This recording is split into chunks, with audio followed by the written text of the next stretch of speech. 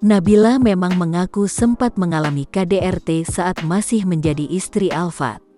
Tak asal menuduh, Nabila ternyata memiliki bukti berupa hasil visum.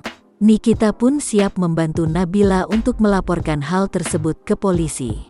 Nikita Mirzani siap bantu Ratu Rizky Nabila hadapi Alfat Fatir. Nikita memiliki alasan mulia, yakni ingin membantu sesama kaum wanita.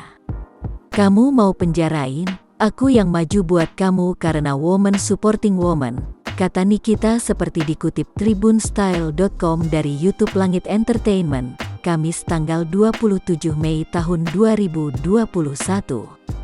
Nikita pun mengerti bagaimana kondisi Nabila.